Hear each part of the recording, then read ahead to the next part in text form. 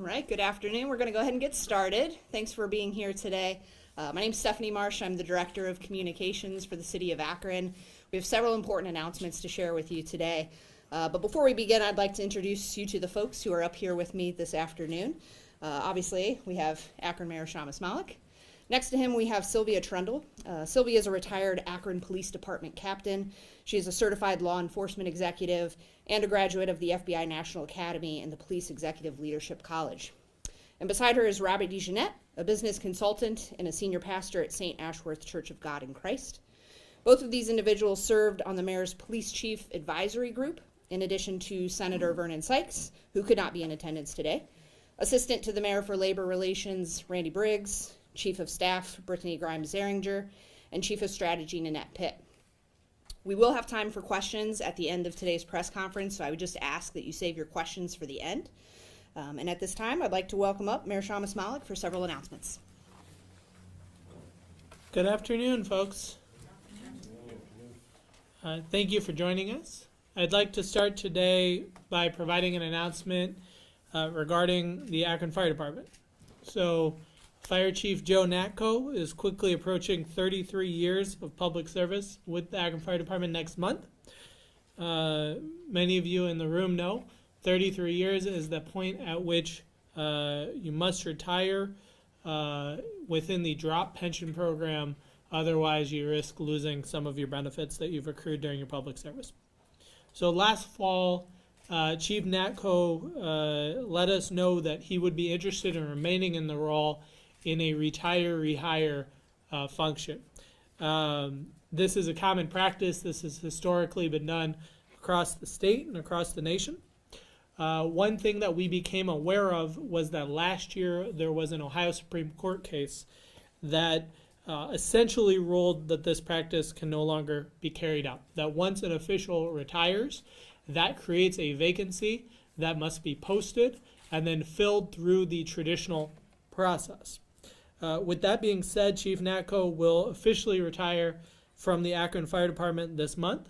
His last day will be March 22nd. Thankfully, I am happy to announce that we are retaining his talents. Chief Natko will not be working for Akron Fire, but he will be staying on with the administration in a new role that we are creating as Assistant to the Mayor for Emergency Management. During the transition, this is a function that we identified as a gap. The city has not historically had a significant emergency management function, while the county has, and we want to make sure that we have that capacity to plan and respond to both natural and man-made emergencies. And so this is a role we were going to fill before the opportunity to retain Chief Natko in this role came up. And so we're glad to have him. It is a good fit for his experience, and it will best serve the city of Akron. So I do want to, at this time, have Chief Natko stand up and be recognized. We are so thankful for your time and your service to our community as Fire Chief.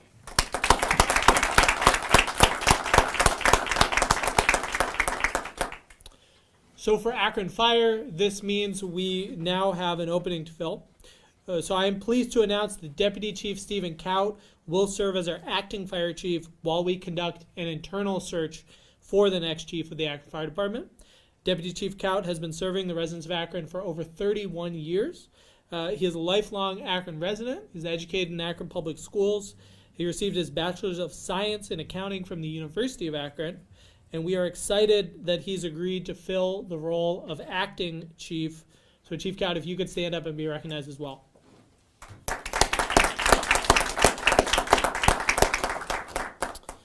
So that brings me to my next announcement regarding the police chief search. So as our law department began looking into the retire-rehire scenario for Chief Natko, they began looking at state and local law around public safety hiring. They began looking at an Ohio Revised Code provision that essentially says that then when there is a vacancy above the entry level in safety forces, that must be filled internally. Now, our city charter could trump that state law, However, our city charter states that promotions should occur internally, quote, whenever practicable, unquote. So as we looked at this, it does not appear that this charter language is a sufficient conflict to trump what we currently see as state law. And an additional thing that we noticed is that the penalty for willfully violating this state provision is that the public official who does the hiring is removed from office. And this is certainly something that we would like to avoid. All of what I have just shared has been thoroughly researched by our city law department and by outside counsel over the last 2 months. They have worked really diligently on this, and we are bringing it forward to everyone today to let people know in the spirit of transparency how we have been approaching this process. Now, this certainly came as a surprise to me. The city has had 2 prior police chiefs who have been appointed externally.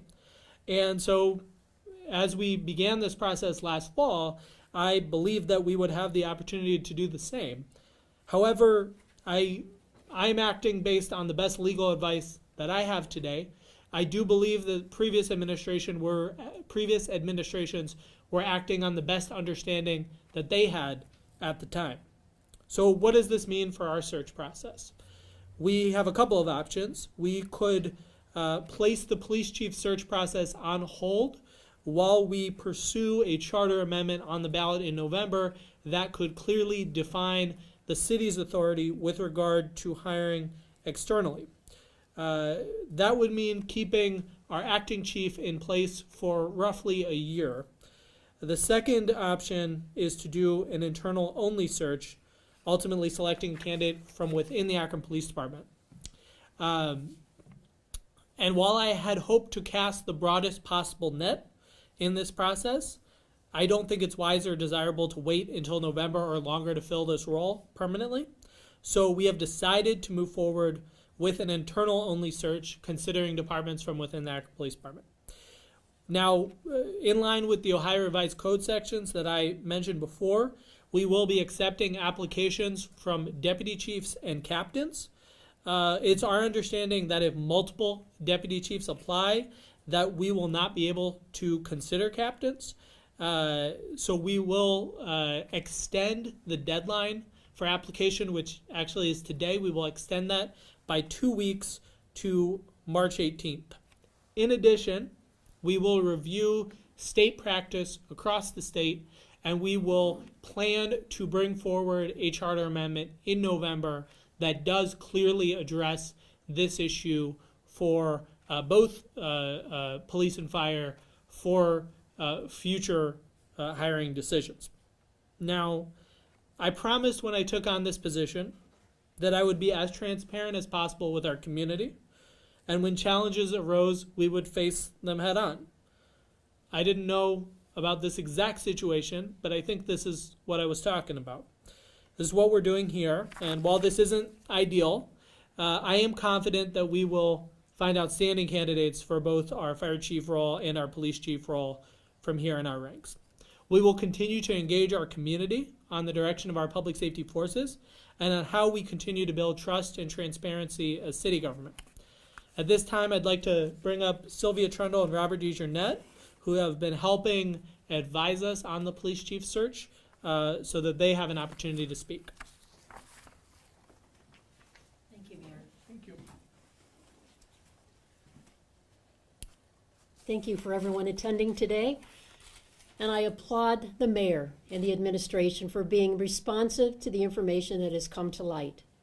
And while an unexpected change is sometimes difficult and can feel like a setback for some, I believe I speak for the whole advisory group when I say that we feel the mayor's actions are wisest and in Akron's best interest, and we are grateful for his leadership in this matter.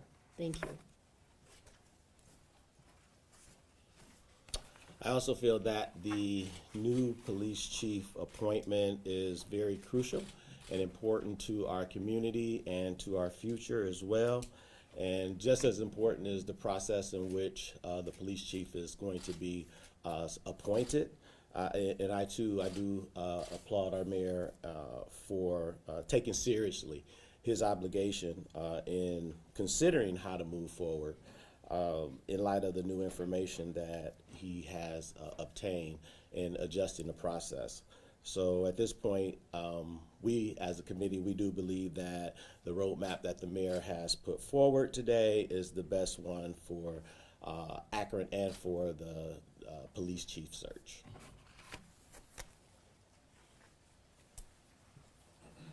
Thank you, Robert, and thank you, Sylvia, for your words. I particularly want to thank everyone in city staff who's been assisting us with this discussion and these decisions, and particularly the law department that has done exhaustive work on this.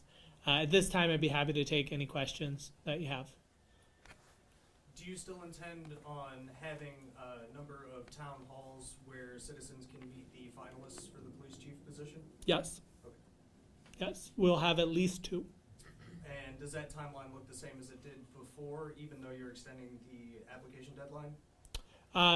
We will have to wait for the application deadline to have the town halls, but we are also keeping the survey, both the internal and the external surveys, open until the 18th.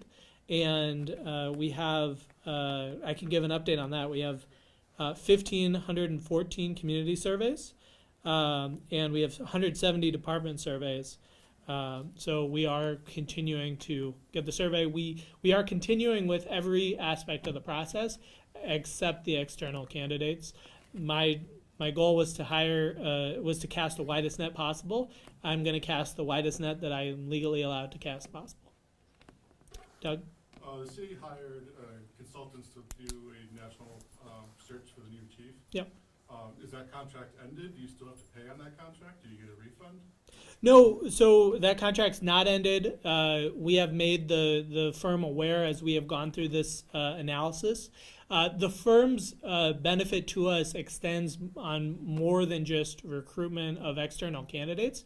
The firm assisted with putting together the survey. The firm assists with helping us review and sort the candidates, and then ultimately helping us make a hiring decision, helping me make a hiring decision. And so they will continue to assist us with this process, and I believe that their help will be valuable. The previous administration engaged with the search firm with consultation with me, and I ultimately still believe, one, that was the best decision we could make at the time when we made that, and I still believe they'll provide value to the community. Bob? A couple of questions to make sure I understand this. Deputy Chief Harding has obviously applied. How many other deputy chiefs are there? Just one? There are currently 2 deputy chiefs. So 2 total. Capers apply or not? Deputy Chief Capers has retired. He's retired. Okay. Yes. So We are not going to be speaking as to who has applied and who hasn't until the deadline. The applications are being made directly to the consulting firm, the search firm. So we're not going to speak to who has applied and who hasn't until the deadline. As I mentioned, the Ohio Revised Code lays out a detailed process. Basically, if only one person at any rank, and this could be for lieutenants or captains or whatever role you're filling, but if only one person is able to apply and applies from that rank, you can go down to the next rank. If more than one person applies, then you can't consider the lower rank. Who's the other deputy chief? I know you're not naming who's applied, but who's the other deputy chief? The other deputy chief is Deputy Chief Jesse Leeser. Jesse Leeser. Okay. And you can't say if he's applied yet. We're going to have to wait for all of the applications. We're going to have to wait until the deadline closes. But if those 2 both apply, in theory, nobody else can apply? Yes. That doesn't give you any opportunity for a minority candidate, does it? It does not. How do you feel about that? Ultimately, as I've said a couple times, our job is to cast the widest net possible that we can, given the law that we have. The reality is that this is something that we've looked at. This is something that we've pretty clearly made a legal determination as to what we're able to do and what we're not able to do. I believe that we will have a an excellent candidate, regardless of whichever step occurs in that, or for that matter, with our fire department as well.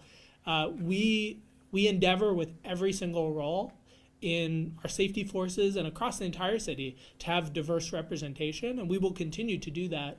But ultimately, the state law and our understanding of the charter lays out a pretty clear process, and the process is what it is for that.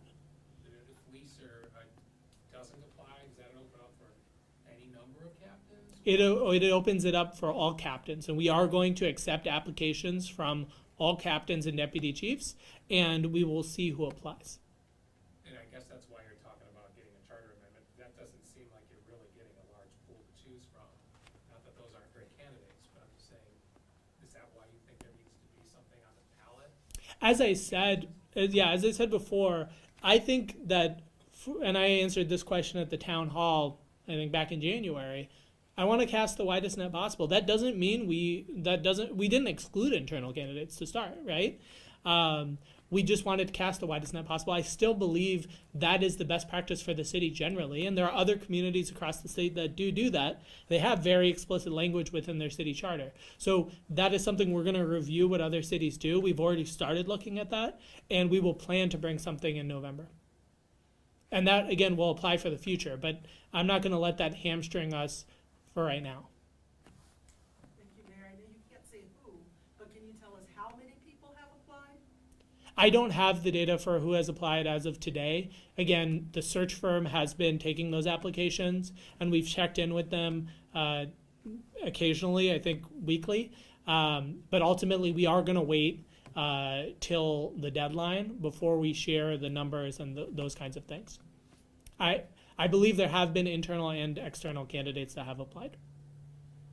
And we are going to let the external candidates know today about this decision through the consulting firm.